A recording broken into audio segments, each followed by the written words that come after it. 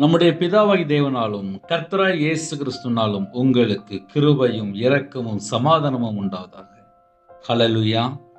அதிகாலை வேளையிலே ஒரு வேத பகுதி நாம் தியானித்து ஜெபிக்க போகிறோம். ஏசாயா 43 அதிகாரம் 18, 19 ஆகிய வசனங்கள். முந்தினவைகளை நினைக்க வேண்டாம், பூர்வமானவைகளை சிந்திக்க வேண்டாம்.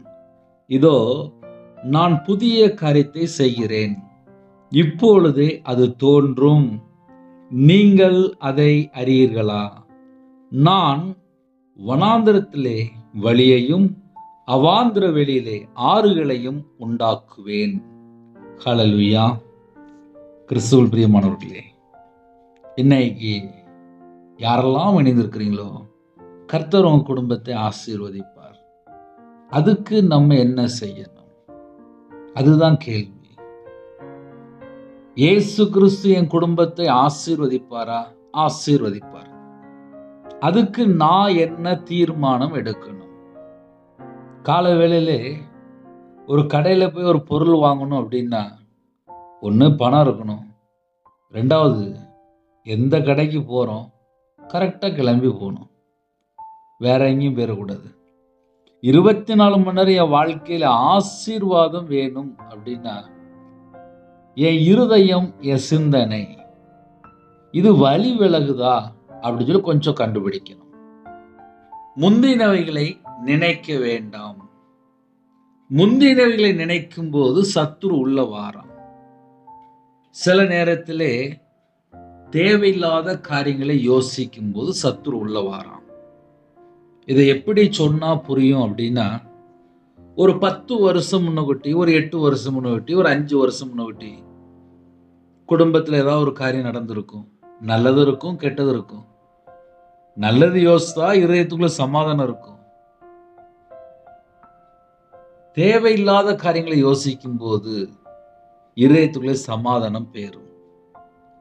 சில நேரத்திலே எதிலையாவது பாதிக்கப்பட்டிருப்பாங்க.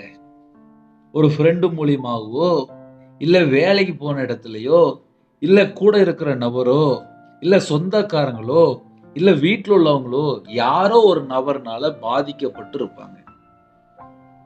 அவங்கள நம்ம சிந்தனைக்குள்ளேயோ இல்லை நம்ம இதயத்தினுடைய நினைவிலே வைத்தால் வேலை ஓடாது, ஒரு growth, ஸ்பிரிச்சுவல் growth இருக்காது.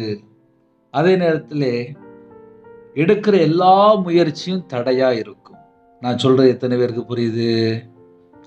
நம்மளை ஏமாத்திட்டாங்களே, நம்மள்ட்ட இருக்க சொத்தை எடுத்துட்டாங்களே, நகையை வாங்கிட்டு தரலையே, பணம் வாங்கிட்டு தரலையே, என்னை ஏமாத்திட்டானே, என் வாழ்க்கையை அழிச்சிட்டானே, ஐயோ நான் ஏமாந்துட்டேனே அப்படின்னு சொல்லி முடங்கி கிடந்தால்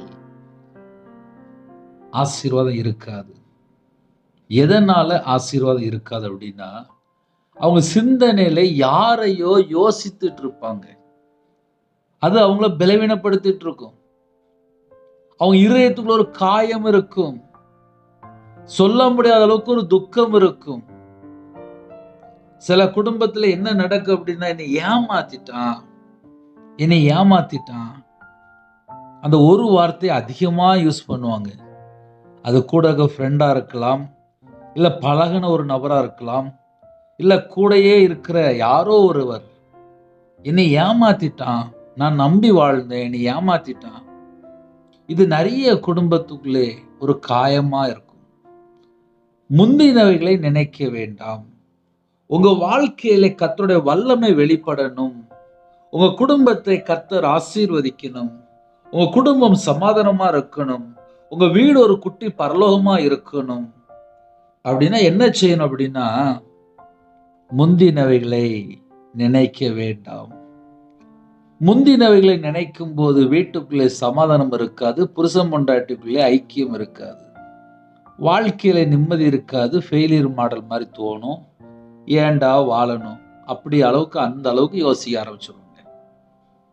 அப்ப செய்தி என்ன அப்படின்னா, தேவன் என்னுடைய வாழ்க்கையிலே ஒரு அற்புத அடையாளம் பண்ணணும் அப்படின்னா, நான் எதுல முடங்கி கிடக்கிறேனோ அதுல இருந்து நான் எந்திரிச்சு வெளியில வரணும். நான் சொல்ற எத்தனை பேருக்கு புரியுது? யாரெல்லாம் இந்த செய்தி கேட்குறீங்களோ, உங்களுக்கும் தேவனுக்கும் நடுவுல இந்த சிந்தனை, இந்த நினைவு, இதுல என்ன கம்ப்ளைண்ட் இருக்கு அப்படின்னா, முந்தினவைகளை நினைக்க வேண்டாம். இப்போ ஒரு 60 வயசு, இல்ல 65 வயசு, இல்ல 70 வயசு, இவங்களுடைய வாழ்க்கையில எப்படி இருக்கும் அப்படின்னா, 60 வருஷம் உள்ள காரியங்களை ஞாபகத்துல வச்சிருப்பாங்க. ஐயா எனக்கு 75 வயசு, 75 வயசுக்குள்ளது எல்லாத்தையும் மைண்ட்ல ரெக்கார்டுல வச்சிருப்பாங்க. இதயத்துக்குள்ளே சிந்தனையில எல்லாமே உள்ளதான் கிடக்கும். அதுல நல்லது இருக்கும், கெட்டது இருக்கும். சில நேரத்திலே ஒரு மனுஷனை எது பலவீனப்படுத்துது அப்படின்னா, அவங்க வாழ்ந்த வாழ்க்கையா இருக்கலாம், பழைய காரியமா இருக்கலாம். எனக்கு ஒரு ஜெப குறிப்பு வந்துச்சு. அப்போ அது என்ன ஜெப குறிப்பு அப்படின்னா, கொரோனா நேரத்தில் உள்ள ஒரு ஜெப குறிப்பு. அந்த அண்ணன் வாத்தியார், வீட்டம்மாவும் டீச்சர் தான். அவங்க அம்மா வயசாயிட்டு. கொரோனா நேரத்திலே அவங்க அம்மாவை அந்த அண்ணனால ஒழுங்கா கவனிக்க முடியலையாம். அந்த தாயார் இறந்து போயிட்டாங்க. இறந்து போய் கிட்டத்தட்ட ஒரு 6 மாசம் ஆயிட்டு அந்த அண்ணன் மேல மாடியில ஒரு பெட்ரூம் வச்சிருந்தாங்க. அந்த ரூம்ல எப்போதுமே மாடியில போய் உட்காந்துட்டு அழுதுட்டு இருப்பாங்களாம். அம்மா போட்டோ வேற மேல இருக்குமா. கிட்டத்தட்ட 6 மாசம் அம்மா நினைவு சொல்லலாம். இன்னொரு பக்கம் பார்த்தா எங்க அம்மாவை நான் கவனிக்கல, கொரோனா நேரத்தில் நான் கவனிக்கலன்னு சொல்லி எப்போதுமே மேல போய் உட்காந்துக்கிடுவாங்களாம். அவங்களுக்கா எப்போது தேவைப்பட்டா கீழே வருவாங்க, மற்றபடி மேலதான் இருப்பாங்களாம். இது எதுக்கு உங்களுக்கு சொல்றேன் அப்படின்னா, நினைவு, துக்கம். சில குடும்பத்திலே பிரச்சனை எங்க ஆரம்பிக்கு அப்படின்னா, அவங்க எந்த நினைவுல இருக்கிறாங்களோ அதை விட்டு வெளியில வந்தாதான் தாங்க அடுத்த ஸ்டெப்புக்குள்ள வளர முடியும். ஏன்னா சில குடும்பத்துல அடுத்த ஸ்டெப் ஏன் வளர முடியல அப்படின்னா, அவங்களுடைய நினைவுல என்ன இருக்கு, அவங்களுடைய சிந்தனையில என்ன இருக்கு. நினைவுக்கும் சிந்தனைக்கும் என்ன வித்தியாசம் அப்படின்னா, நினைவுல இதயத்தினுடைய நினைவு ஆழத்துல கொண்டு எல்லாத்தையும் ஸ்டோர் பண்ணி வச்சிருவாங்க. எப்படி வீட்டுல நம்ம ஃப்ரிட்ஜில் ஸ்டோர் பண்ணி வச்சிருக்கிறோமோ எல்லாத்தையும் கொண்டு போய் ஸ்டோர் பண்ணி வச்சிருவாங்க. நமக்கே தெரியாம சிந்தனையில அது அடிக்கடி வெளியில வரும். எப்படி ஒரு ஃப்ரிட்ஜ் இருந்தா பின்னாடி ஒரு கேஸ் ஃபார்ம் ஆகுதுங்கிறாங்க, அது மேல வருதுங்கிறாங்க. அதே போல நம்ம இருதயத்துக்குள்ள நம்ம எதை உள்ள வச்சிருக்கிறோமோ அது அவுட்புட்ல வருது. ஒண்ணு நம்ம பேசுற வார்த்தையில இருதயத்தினோட நினைவுனால வாயில பேசுறோம். அதே போல சிந்தனையில யோசிப்போம். ஒரு வார்த்தையை நம்ம பேசுறதுக்கு முன்னாடி நம்ம இருதயத்துக்குள்ளே நம்ம என்னெல்லாம் இருக்கோ அதெல்லாம் அவுட்புட்ல வரும்போது சிந்தனையிலையும் யோசிப்போம், நாவுனாலையும் பேசுவோம். ஏன் சில குடும்பத்துல கெட்ட வார்த்தை பேசிடுறாங்க, கோவப்பட்டுருந்தாங்க, அந்த பழைய சுபாவங்கள் ஏன் வந்துருது அப்படின்னா, இருதயத்தினுடைய அந்த நினைவுல உள்ள இருக்கு. இப்ப இன்னைக்கு செய்தி என்ன அப்படின்னா, என் குடும்பத்தை கர்த்தர் ஆசீர்வதிக்கணும். கண்டிப்பா ஆசீர்வதிப்பார். எப்ப ஆசீர்வதிப்பார்? ஒரு வீட்டுக்குள்ள புருஷன் பொண்டாட்டி சண்டை போட்டு இருந்து ஆசீர்வதிப்பாரா? கிடையாது. பிள்ளைகளு அம்மா அப்பாட்ட எப்படி இருக்கணும்? எல்லாமே ஃபார்முலா. கர்த்தரை விட்டு தள்ளி போற இந்த நினைவு, அந்த சிந்தனை, இதை ஒரு மனுஷன் கண்டுபிடித்தால் கண்டிப்பா ஒரு பிளெஸிங் உண்டு. நான் சொல்லலப்பா, பைபிள் வசனம் ஃபுல்லாவே கர்த்தர் பக்கம் மனம் திரும்பினாதான் ஆசீர்வாதம். முதலாவது என்னோட ராஜ்யத்தையும் அவருடைய நீதியும் தேடணுமா. இன்னைக்கு நமக்கு நிறைய வாய்ப்பு இருக்கு. கர்த்தருடைய கிருபையினால ஆன்லைன் மூலியமா, செல்போன் மூலியமா உங்க வீட்டுக்குள்ள வருது செய்தி.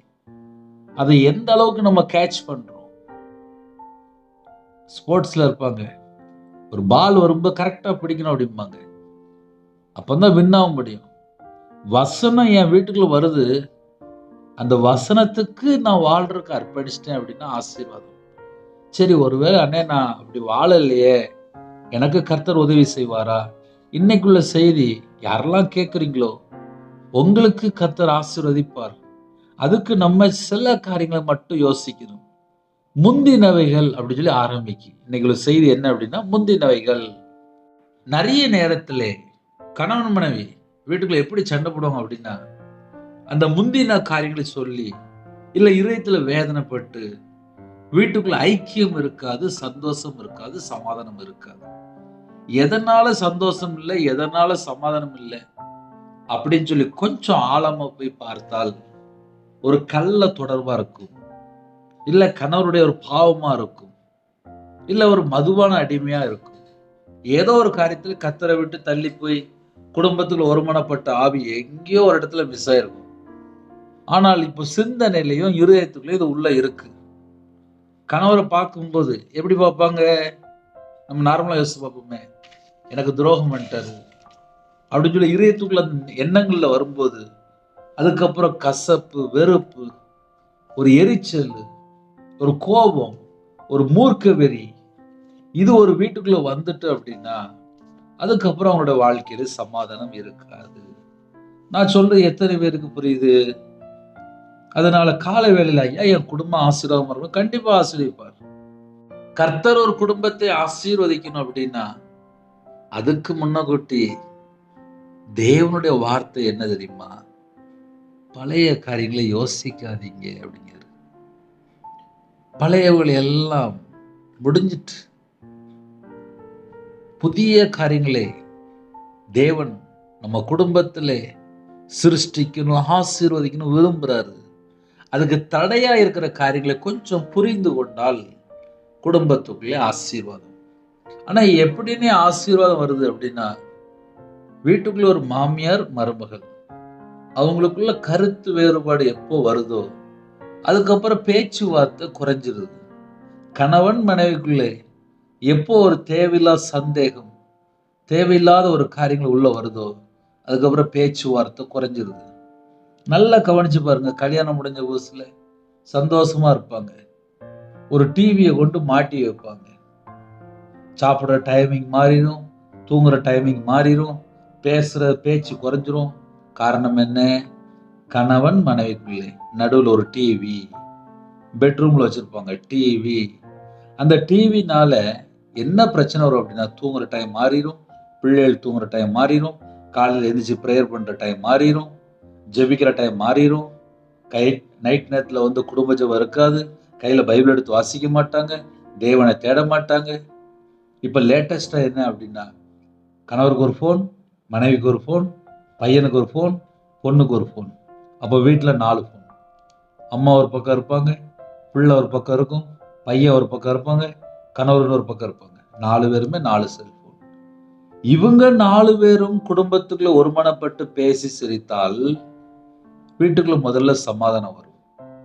இப்ப அதுக்கு தடையா இருக்கிற காரியம் என்ன அப்படின்னா, செல்போன்ல கையில எடுத்துட்டு பல மணி நேரம் அதுல மூவ் பண்ணும்போது வீட்டுல பாதி பிரச்சனை உருவாயிருது. நம்ம சிந்தனையில, நினைவுல நம்ம எதை கொண்டு போய் வைக்கிறோம்? தூங்கி எந்திரிச்ச உடனே முதல்ல செல்போன் எடுத்துருக்காங்க. முதல்ல செல்போன் எடுக்கும்போது நம்ம யாரை மறந்துட்டோம்? தேவனை மறந்துட்டோம். தூங்கி எந்திரிச்ச உடனே முழங்கால் போட்டு ஜெபம் பண்ணா நம்ம முதல்ல தேவனை தேடுறோம்.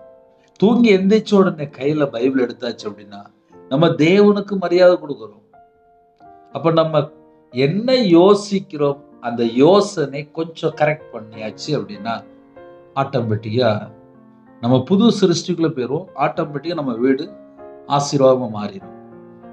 குடும்பம் ஆசீர்வாதமா இருக்கணும் அப்படின்னா, நான் கையில பைபிள் எடுத்தா என் வாழ்க்கை நல்லா இருக்கு, நான் முழங்கால நின்று தேவனை தேடினா என் இதயத்துக்குள்ள சமாதானம் வருது.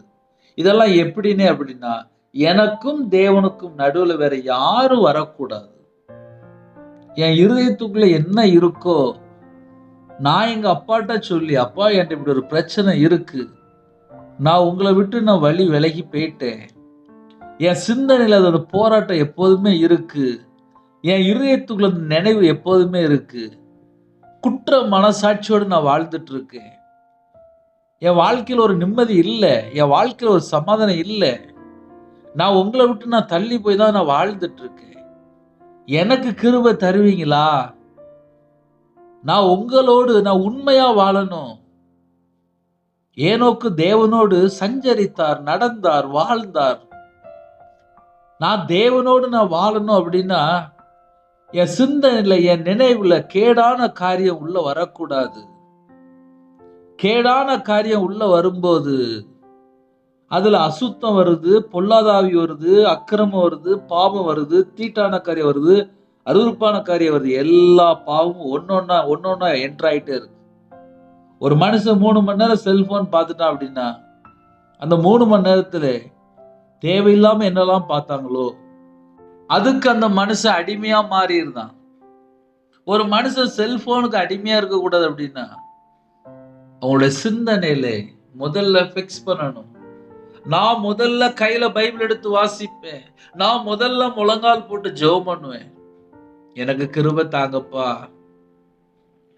முந்தினவைகளை நினைக்க வேண்டாம். பிசாசு எப்படி என்ட்ராது அப்படின்னா, நேத்து நீ இவ்வளவு நேரம் செல்போன் பார்த்தில்ல, இன்னைக்கும் பாரு அப்படிங்க. நீ போன மாசம் இவ்வளவு நேரம் வேஸ்ட் பண்ணல, ஃப்ரெண்டுகிட்ட இவ்வளவு நேரம் பேசினல்ல, மறுபடியும் கொஞ்சம் ஃப்ரெண்டுகிட்ட பேசு, செல்போன் கையில தானே இருக்கு, அந்த நம்பரை மட்டும் அடியேன் அப்படிங்க. அப்ப நம்ம எதை யோசிக்க கூடாது? முந்தினவைகளை நினைக்க வேண்டாம், பூர்வமானவைகளை சிந்திக்க வேண்டாம். பழைய காரியங்களை சிந்திக்காத, நினைக்காத. யார் சொல்றா? நம்மளை உருவாக்கின தேவன் சொல்கிறார். அப்ப நம்ம யாருடைய வார்த்தைக்கு நம்ம கீழ்ப்படியணும் அப்படின்னா, என்னை உருவாக்கின தேவன் சொல்கிறார். நீ நினைக்காத, நீ சிந்திக்காத, பழைய காரியங்களை சிந்திக்காத, பழைய காரியங்களை யோசிக்காத.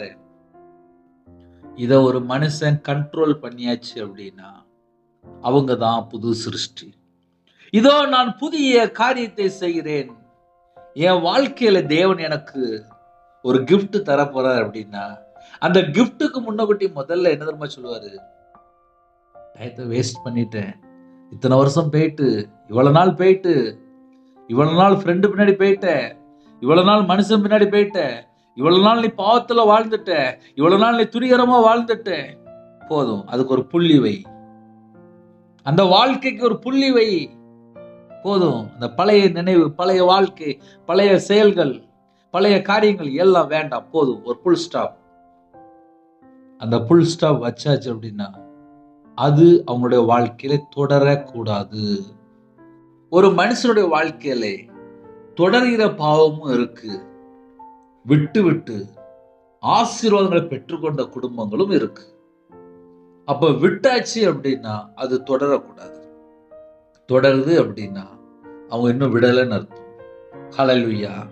எத்தனை பேருக்கு புரியுது? முந்தினவைகளை நினைக்க வேண்டாம், நினைக்காதீங்க அப்படிங்கிற. பூர்வமானவைகளை சிந்திக்க வேண்டாம். என் குடும்பம் செழிப்பா மாறணும், ஆசீர்வாதமா மாறணும் அப்படின்னா இதுதான் ஃபார்முலா.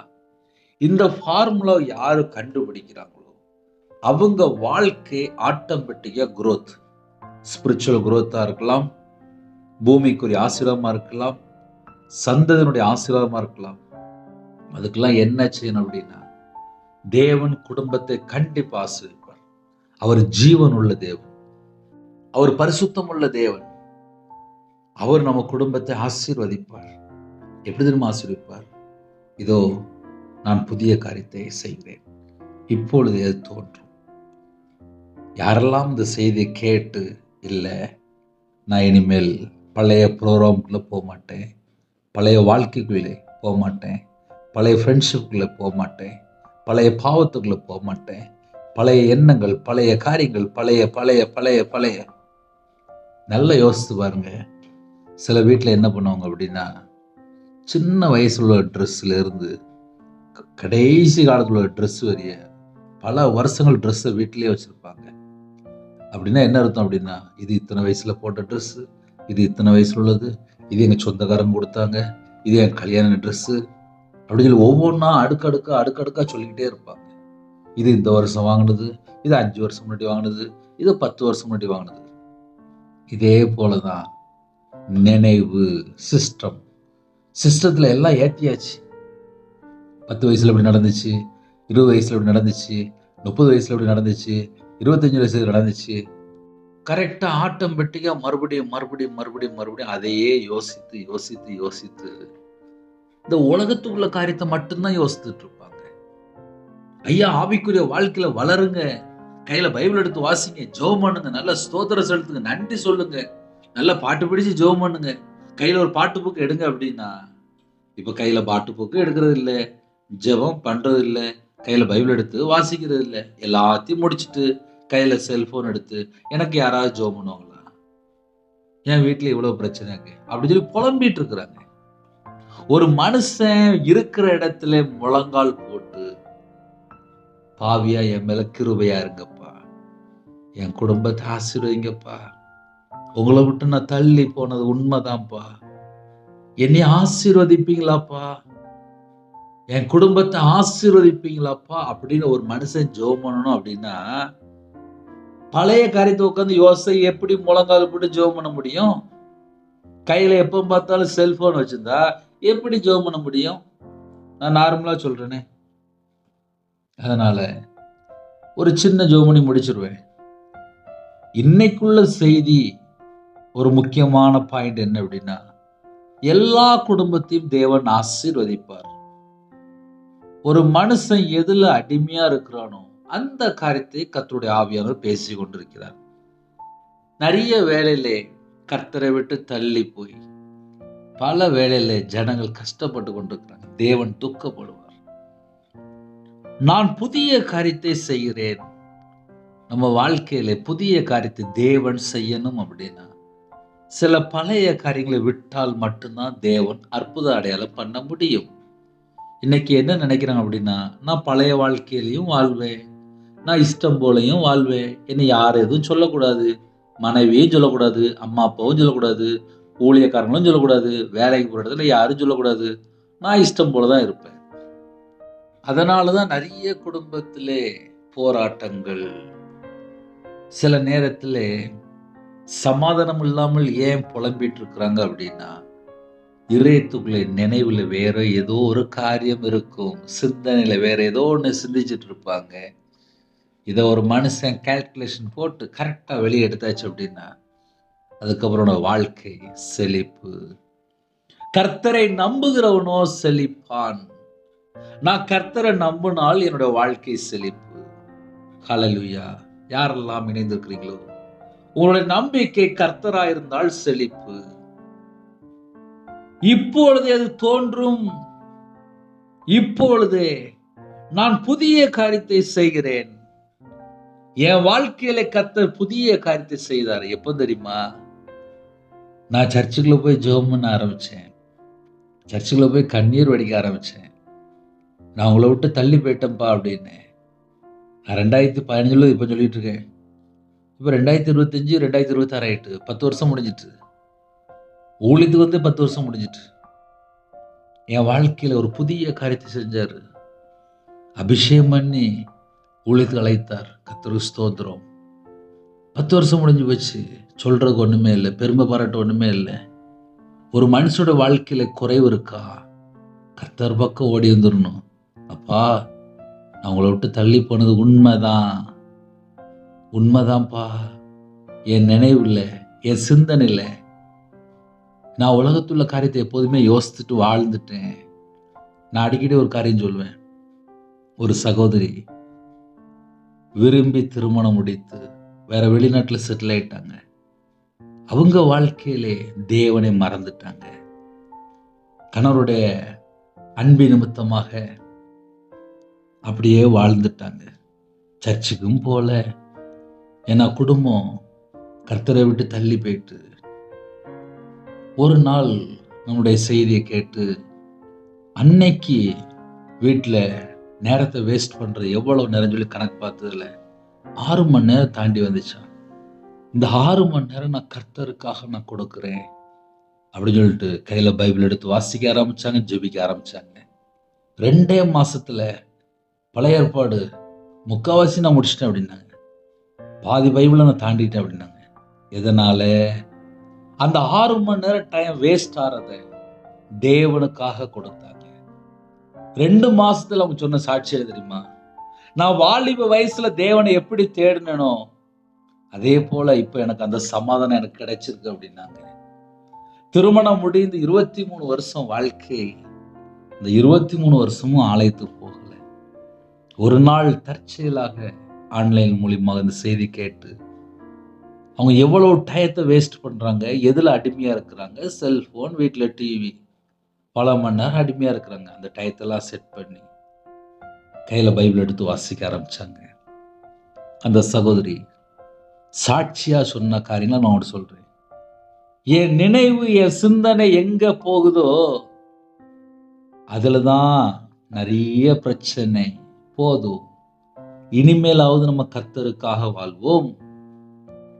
இதோ நான் புதிய காரியத்தை செய்கிறேன், இப்பொழுதே அது தோன்றும், நீங்கள் அதை அறியீர்களா? நான் வனாந்தரத்திலே வழியையும் அவாந்தர வெளியிலே ஆறுகளையும் உண்டாக்குவேன். 2 வருஷம் முன்னகுட்டி மழை அதிகமா பெஞ்சது. 2023 கடைசி நினைக்கிறேன். அந்த வருஷத்துல மழை அதிகமா பெஞ்சது. ஒரே நாள்ல ஏகப்பட்ட இடம் நிரம்பிட்டு. நான் திருநெல்வேலி பகுதியிலேருந்து பேசுறேன். மழை ஜாஸ்தி. ஒரே நாள்ல குளம்லாம் நிரம்பிட்டு. வசனம் தெளிவாக எழுதப்பட்டிருக்கு. நான் வனாந்தரத்திலே வழியையும் அவாந்தர வெளியில ஆறுகளையும் உண்டாக்குவேன். ஒரே நாள்ல ஒரு குளம் நிரம்பிட்டு. ஒரு குளம் மட்டும் இல்ல, திருநெல்வேலியில ஏகப்பட்ட இடத்துல குளம் நிரம்பிட்டு. ஒரே நாள், தேவனால் ஒரே நாள்ல ஒரு மனுஷனோட எல்லா காரியத்தையும் மாற்ற முடியும். அதுக்கு நாங்க என்னென்ன செய்யணும் அப்படின்னா, ஒரே ஒரு தீர்மானம். தீர்மானத்துல நம்ம உறுதியா இருந்தாலே போதும். ஆட்டோமேட்டிக்கா அதுக்கப்புறம் லைஃப்லாம் டோட்டலா மாறிடும். நிறைய குடும்பத்துல வாலிப சகோதரி இல்ல திருமணம் முடிந்ததுக்கு அப்புறம் சில குடும்பத்துலலாம் அந்த நினைவு, சிந்தனை அவங்கள ரொம்ப பாதிக்கப்படுது. பாதிக்கப்பட்ட நிலைமையில வாழ்ந்துட்டு இருக்காங்க. நேற்றைய தினத்திலே காலை வேளையில ஒரு சகோதரிட்ட பேசிட்டு இருந்தேன். அண்ணே, எங்க அப்பா பேசினால் எனக்கு உற்சாகமா இருக்கு. ஆனால் என்னுடைய ஃபேமிலியோ, என்னுடைய ஃப்ரெண்டோ, மாமியாரோ, மற்ற யாரு பேசினாலும் நான் சோர்ந்து போயிருந்தேன் அப்படின்னாங்க. ஆனா எங்க அப்பா பேசினால் எனக்கு உற்சாகமா இருக்கு அப்படின்னாங்க. அப்ப மற்றவங்க ஃபுல்லாவே இவங்கள்ட்ட பேசும்போது அது இவங்களுக்கு தாங்க முடியல. ஆனா அப்பா பேசும்போது, மகள்கிட்ட அப்பா போய் எப்படி பேசுவாங்க? விசுவாசத்தோடு பேசுவாங்க. அந்த மகள் சொன்ன காரியம், இதை ஏன் உங்களுக்கு சொல்றேன் அப்படின்னா, நம்ம கூட இருக்கிறவங்க யாரு, நம்மளோட ஃப்ரெண்ட் சர்க்கிள் யாரு, அவிசுவாசமான வார்த்தை யாராவது பேசுறாங்களா, நம்மளை காயப்படுத்துற மாதிரி யாராவது பேசுறாங்களா, நம்ம நினைவுல நம்ம யாரை யோசிக்கிறோம், நம்ம சிந்தனையில நம்ம எதை வச்சிருக்கிறோம், இதெல்லாம் செக் பண்ணி பார்க்கணும். இதை செக் பண்ணி பார்த்தாச்சு அப்படின்னா கண்டிப்பா நம்மளால பைபிள் எடுத்து வாசிக்க முடியும். நல்ல முழங்கால் நின்று ஜெபிக்க முடியும். எனக்கு ஒரு சகோதரி 58 வயசு இருக்கும். அவங்க சொன்ன ஒரே ஒரு காரியம் தெரியுமா? பைபிள் எடுத்தாலே கொட்டாயா வந்தது. அப்புறம் பேசாம படு தூங்கிதேன். என்னால பைபிளே வாசிக்க முடியல அப்படின்னாங்க. நான் இதுக்கு முன்னாடி நல்லா பைபிள் வாசிப்பேன் பிரதர், நீ போய் பைபிளே வாசிக்க முடியல அப்படின்னாங்க. அப்படின்னு என்ன அர்த்தம்? இதயத்தினுடைய நினைவு, சிந்தனை எதையோ யோசித்துக்கிட்டே இருக்கு. ஏதோ ஒரு காரியத்திலே சில வீட்டுலலாம் என்ன பண்றாங்க அப்படின்னா, எனக்கு யாரோ மாந்திரியம் பண்ணிட்டாங்க, எனக்கு யாரோ பில்லி சூனியம் பண்ணிட்டாங்க, எனக்கு யாரோ ஏவல் பண்ணிட்டாங்க அப்படின்னு சொல்லி சிந்தனையில ஏத்துனதுக்கு அப்புறம் அவங்களால பைபிளும் வாசிக்க முடியல, அவங்களால ஜெபமும் பண்ண முடியல, தேவனையும் தேட முடியல. எதனால? இருதயத்துல ஸ்டோர் பண்ணியாச்சு. இருதயத்துல கொண்டு தேவையில்லாத காரியத்தை உள்ள விட்டு வச்சாச்சு. எல்லாத்தையும் வெளியில தூக்கி போட்டு, என் இருதயம் கர்த்தரா இயேசு கிறிஸ்து ராஜாவுக்கு மட்டும்தான், உலகத்துல எதுக்கு நான் இடம் கொடுக்க மாட்டேன், என் இருதயத்துக்குள்ள பிதா, குமாரன், பரிசுத்த ஆவியானவர் மட்டும்தான் இருக்கணும். என் இருதயத்துக்குள்ள வாங்கப்பா, என் வாழ்க்கையில நீங்க என் கூட இருக்கணும்ப்பா அப்படி நம்ம சொன்னால், நான் புதிய காரியத்தை செய்கிறேன், இப்பொழுது அது தோன்றும், இந்த செகண்ட் கர்த்தர் ஆசீர்வதிப்பார். கீழே அதுக்குள்ள விளக்க அழகா எழுதப்பட்டிருக்கு. நீங்கள் அதை அறியீர்களா?